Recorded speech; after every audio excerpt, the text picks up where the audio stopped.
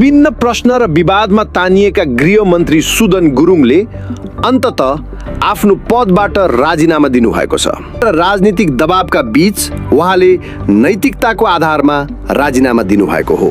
गुरुङको राजीनामा स्वीकृत भएसँगै हाललाई गृह मन्त्रालयको जिम्मेवारी प्रधानमन्त्रीले नै आफ्नै मातहतमा राख्नु भएको छ।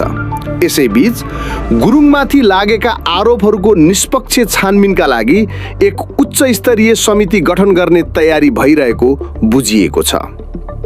राजनीतिक वृत्तमा यो छानबिनलाई सुदन गुरुङका लागि आफूलाई सत्य र पारदर्शी प्रमाणित गर्ने एउटा महत्त्वपूर्ण अवसरको रूपमा हेरिएको छ।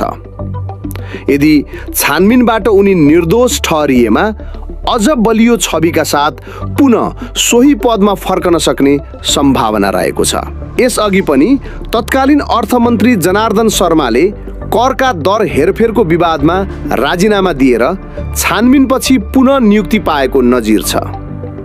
सुदन गुरुङको प्रकरणमा पनि यस्तै घटनाक्रम दोहोरिन सक्ने विश्लेषण भइरहेको छ। यद्यपि सबैको नजर अब बन्ने छानबिन समिति र त्यसको प्रतिवेदनमा अडिएको छ।